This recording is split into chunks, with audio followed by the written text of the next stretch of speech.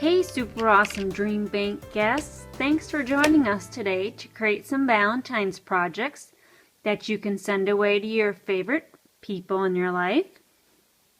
I would like to first share some tips on how to use the supplies, so let's get started. This is the ink pad, and the way that you open it is that you look at the three dots, press it to the pivot point, tilt it, and slide it shut and lock it. We can leave the ink pad open the whole time that we're stamping today, so don't bother to close it. We are using three types of stamps today. This is called the photopolymer. It's totally clear. You can see exactly where you're positioning it. The wood mount, you can't see it. You just have to stamp blindly, and it should be straight on the block for you. And this is the clear mount. So it's on a clear acrylic block, but you can't totally see through it like you can the photopolymer. So for all three stamps, I want you to remember to tap, tap, tap. That's all you need to ink the stamp. And then press straight up and down. Don't rock into the ink pad. Don't rock on your paper. If you rock like this, you're going to get ink all over your block and therefore all over in your hands, or the next person that grabs the block will get the ink on their hands.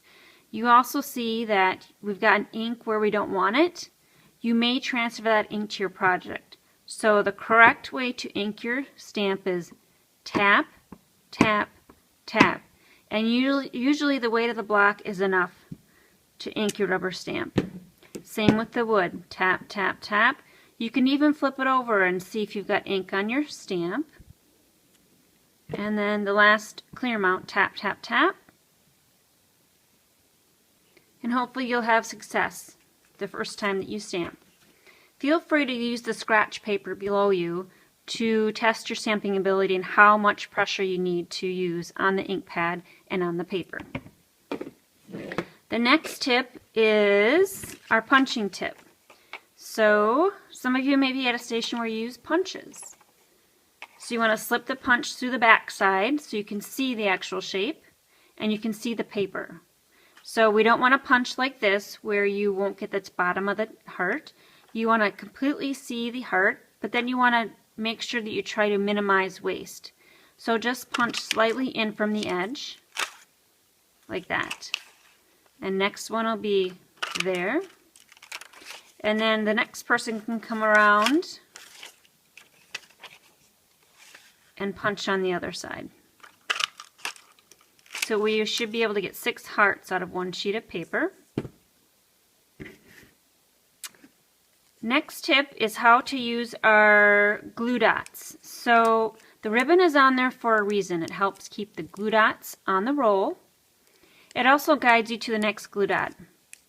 So to use the glue dots, you just want to expose the next glue dot and place the thing that you want to attach on the glue dot and pull up and place it on your card.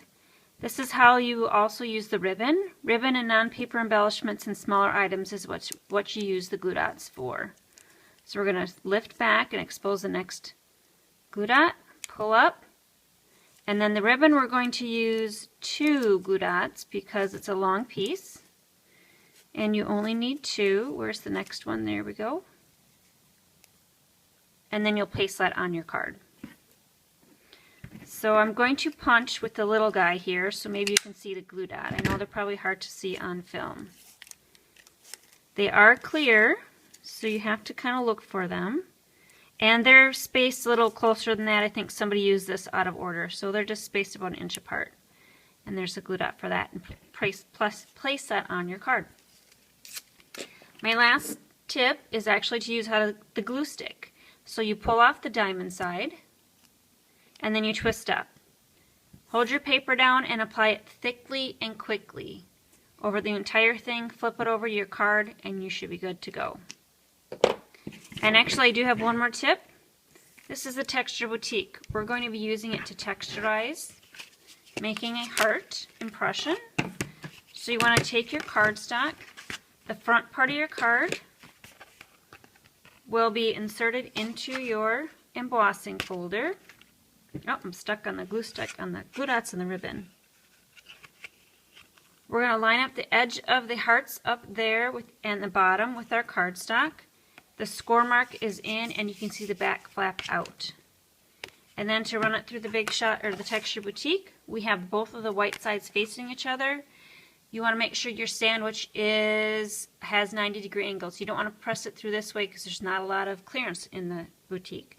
So you want to make sure your sandwich is nice and neat before you process it through the boutique.